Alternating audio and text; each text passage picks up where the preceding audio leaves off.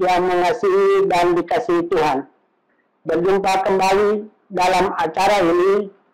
Perkenalkan, nama saya Anton Timbarano, berasal dari GPD Jemaat Pondok Bekasi.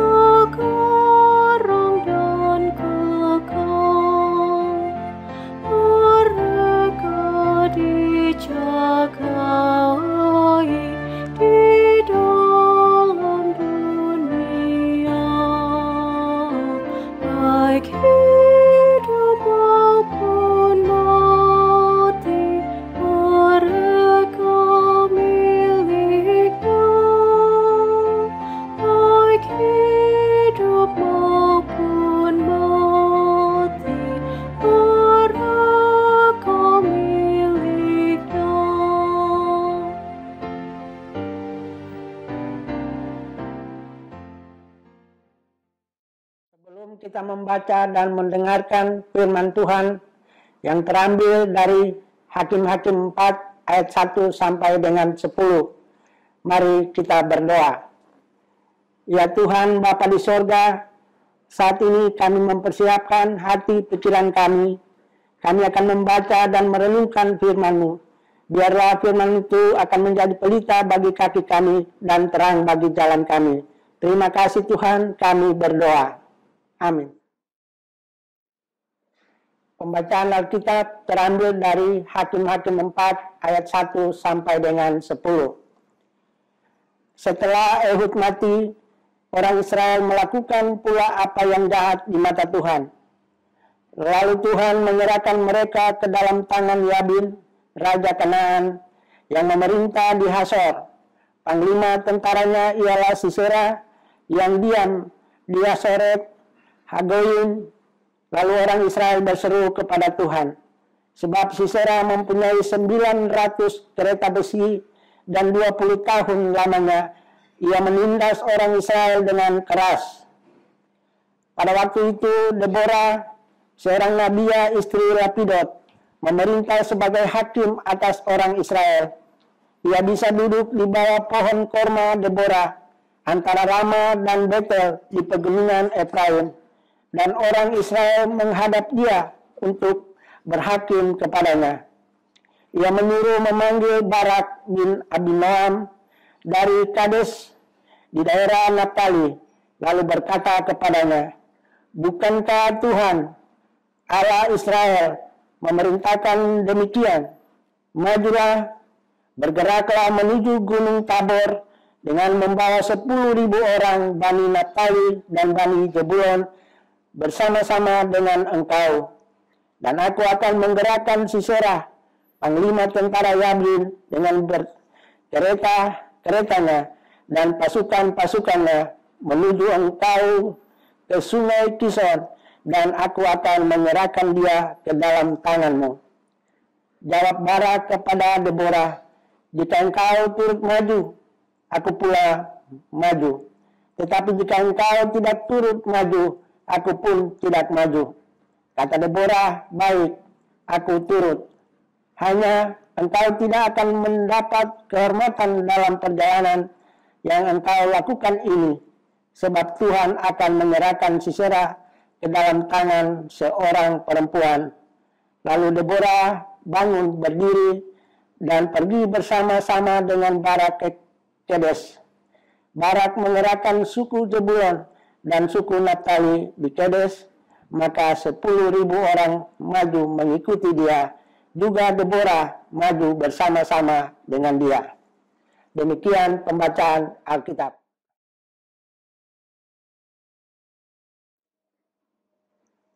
Alkitab khususnya Perjanjian Lama, sekalipun konteksnya adalah dunia Timur Tengah. dengan budaya laki-laki yang diunggulkan sangat kuat, tetapi dengan jelas dan tegas tetap memberikan uraian tentang perempuan yang memiliki tempat dan peran yang penting. Deborah adalah seorang hakim atas orang Israel. Ia seorang perempuan pemimpin. Ia bukan hanya karena kemampuannya atau keterampilannya, tetapi lebih dari itu adalah ketaatannya pada firman Tuhan. Deborah mengingat firman Tuhan tentang cara dan janji Tuhan melepaskan orang Israel dari cengkraman Raja Kanaan. Raja Yabin dengan panglima tentaranya yang hebat, Sisera.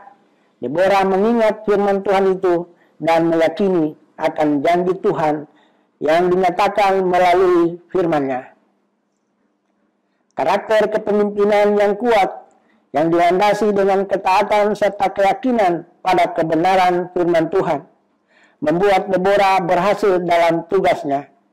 Deborah sebagai hakim juga tegas dalam kepemimpinannya, sehingga kepemimpinannya dapat berdampak bagi kehidupan banyak orang.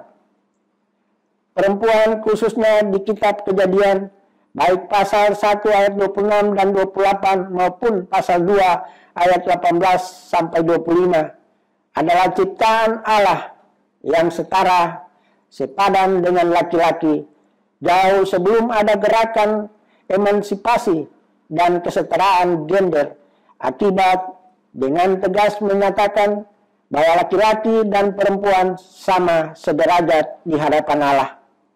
Sama-sama menerima mandat dari Allah untuk menata, mengelola, dan memelihara kehidupan yang Tuhan karuniakan.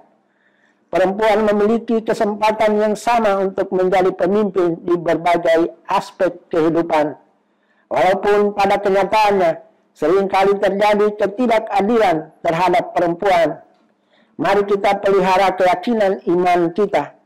Bukan soal gender, laki-laki atau perempuan, tetapi yang lebih penting dari itu adalah Allah yang memanggil dan mengutus hamba-Nya. Ia memanggil, mengutus, memperlengkapi, menyertai, dan memberkati hamba-hamba-Nya.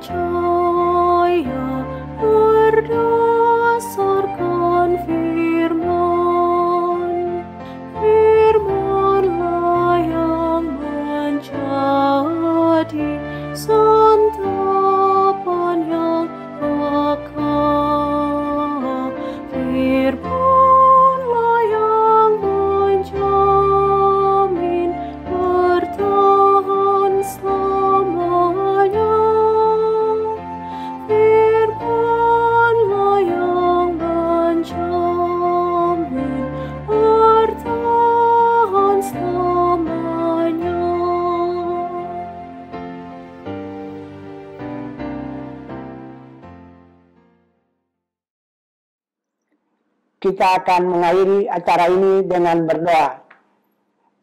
Bapa kami yang ada di dalam surga, pagi hari ini kami mengucap syukur dan berterima kasih karena begitu besar kasih sayang Tuhan nyata dalam kehidupan kami. Setelah kami membaca, kami akan merenungkan firman-Mu. Biarlah firman itu akan menjadi kekuatan dan percaya kami di dalam Kristus Tuhan. Bapa di sorga, kami berdoa buat seluruh anggota PKLU dimanapun berada. Kiranya Tuhan memberikan kesehatan, memberikan kekuatan, bahkan kebahagiaan bagi seluruh keluarga, anak, cucu, suami, istri, dan keluarga besar anggota PKLU. Kiranya Tuhan memberkati mereka, bahkan Dewan PKLU, Tuhan berkati di setiap langkah mereka dan berikan kekuatan, kesehatan, sehingga mereka boleh menjalankan tugasnya dengan baik dan boleh merasakan begitu besar kasih sayang Tuhan di dalam tugas-tugas mereka. Untuk itu Tuhan berkati seluruh Dewan PKLU yang ada dimanapun tempat. Bapa di sorga, kami berdoa juga buat bangsa dan negara Republik Indonesia. Kiranya Tuhan memberkati pemimpin bangsa Indonesia dari pusat sampai ke daerah-daerah, sehingga mereka boleh memimpin dan memberikan kesejahteraan bagi seluruh rakyat Indonesia. Inilah doa kami bawa hanya di dalam nama Tuhan Yesus yang adalah Tuhan dan Juru Selamat kami. Amin.